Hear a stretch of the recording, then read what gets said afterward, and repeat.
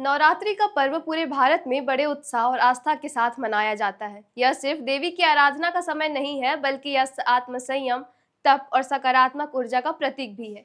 नवरात्रि के 9 दिन माँ दुर्गा के 9 रूपों को समर्पित होते हैं। हर दिन का अपना एक अलग महत्व और पूजा विधि होती है। नवरात्रि के पहले दिन माँ शैलपुत्री की पूजा के बाद दूसरे दिन माँ ब्रह्मचारिणी की आराधना की जाती है। उनका यह रूप तपस्या, त्याग और धैर्य का अद्भुत प्रतीक माना जाता है। माँ ब्रह्मचारिणी का स्वरूप बहुत ही शांत और सरल है। वे सफेद वस्त्र धारण किए हुए, हाथ में कमंडल और तपमाला लिए दिखाई देती हैं। उनके चेहरे पर असीम तेज और आंखों में गहरी आस्था झलकती है।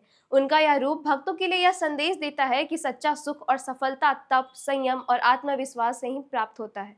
ब्रह्मचारिणी शब्द 2 भागों से मिलकर बना है। ब्रह्म यानी परम सत्य और ज्ञान, तथा चारिणी आचरण करने वाली, यानी वो देवी जो तप और ब्रह्म का आचरण करती है। कथाओं के अनुसार माँ ब्रह्मचारिणी ने भगवान शिव को पति के रूप में पाने के लिए वर्षों तक कठिन तप किया था।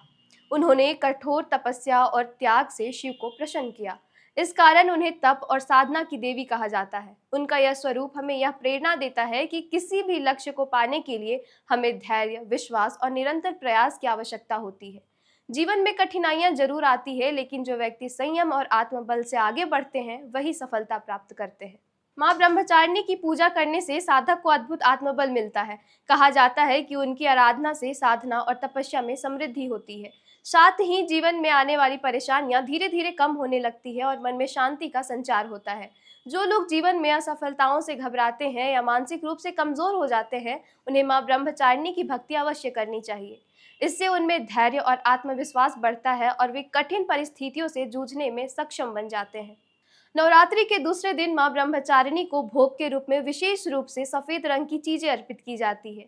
सफेद रंग पवित्रता और शांति का प्रतीक माना जाता है। भक्तगण उन्हें मिश्री, शक्कर, खीर और पंचामृत का भोग लगाते हैं।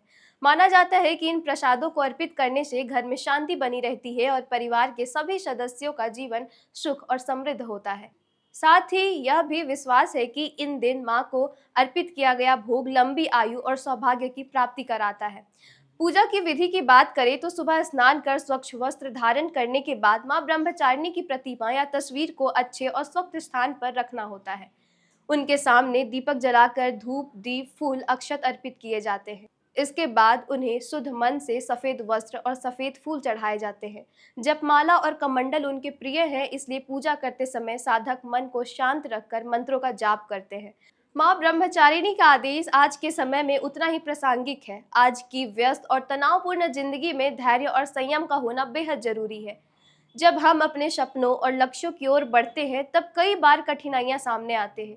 ऐसे में माँ ब्रह्मचारिणी का स्मरण हमें यह शक्ति देता है और हमें बिना हताश हुए साहस और आत्मबल से हमें लक्ष्य की ओर अग्रसर रखता है।